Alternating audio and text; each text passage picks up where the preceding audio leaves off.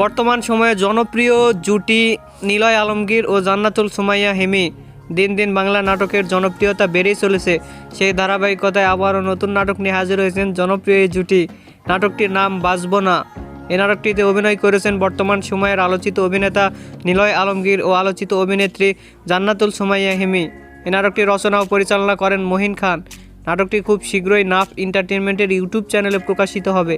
আপনারা দেখতে চাইলে অবশ্যই নাফ এন্টারটেইনমেন্টের ইউটিউব চ্যানেলে চোখ রাখুন এবং নিয়মিত নতুন নতুন নাটকের আপডেট পেতে হলে অবশ্যই চ্যানেলটিকে সাবস্ক্রাইব করে রাখুন। পরবর্তী ভিডিওর জন্য অপেক্ষা করুন।